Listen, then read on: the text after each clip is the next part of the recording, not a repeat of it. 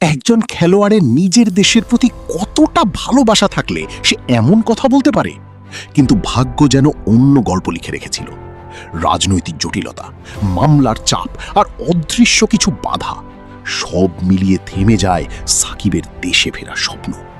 Bangladesh cricket board থেকেও ইঙ্গিত ছিল তিনি ফিরতে পারেন, কিন্তু শেষ পর্যন্ত কেন আর হলো না? প্রশ্নটা আজও একই। সত্যি কি এটা শুধুই আইনগত জটিলতা, নাকি এর পেছনে লুকিয়ে আছে আরো গভীর কোনো গল্প? একজন কিংবদন্তির শেষ বিদায় কি এভাবেই অসম্পূর্ণ থেকে যাবে? অনেকেই মনে করেন সাকিব আল হাসানের ক্যারিয়ার শুধু রান আর উইকেটের গল্প নয়, এটা একজন যোদ্ধার গল্প, যে বারবার সমালোচনার মুখে পড়েও বাংলাদেশকে জিতিয়েছে অসংখ্য ম্যাচ।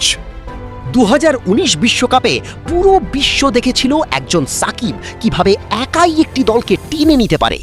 ব্যাট হাতে রান, বল হাতে উইকেট, ফিল্ডিংয়ে অসাধারণ উপস্থিতি। সেই কারণেই তো আজও কোটি মানুষের হৃদয়ে সাকিব শুধু খেলোয়াড় নন, একটা আবেগ। কিন্তু যত বড় হয়েছেন তত বড় হয়েছে বিতর্ক। মাঠের বাইরে কিছু সিদ্ধান্ত বারবার তাকে নিয়ে গেছে সংবাদ শিরোনামে, আর সেই কারণেই দেশে ফেরা নিয়েও তৈরি হয়েছে অজানা এক অনিশ্চয়তা।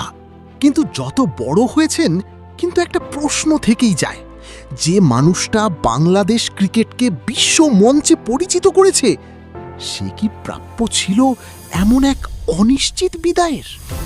কখনো কখনো একজন কিংবদন্তির বিদায় শুধু বিদায় হয় না, সেটা হয়ে যায় কোটি মানুষের বুকের ভেতরের অপূর্ণ এক কষ্ট। আজও অনেকে অপেক্ষায়, হয়তো একদিন সাকিব আবার ফিরবেন, হয়তো আবার বাংলাদেশের জার্সিতে শেষবারের মতো মাঠে নামবেন।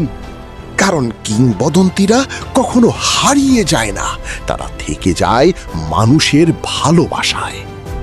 আর যদি তুমি সাকিবুল হাসানকে ভালোবেসে থাকো, তাহলে এই ভিডিওতে একটা লাইক আর একটা কমেন্ট করে যাও। আর এরকম আরো কিছু ভিডিও পেতে আমাকে সাবস্ক্রাইব করো।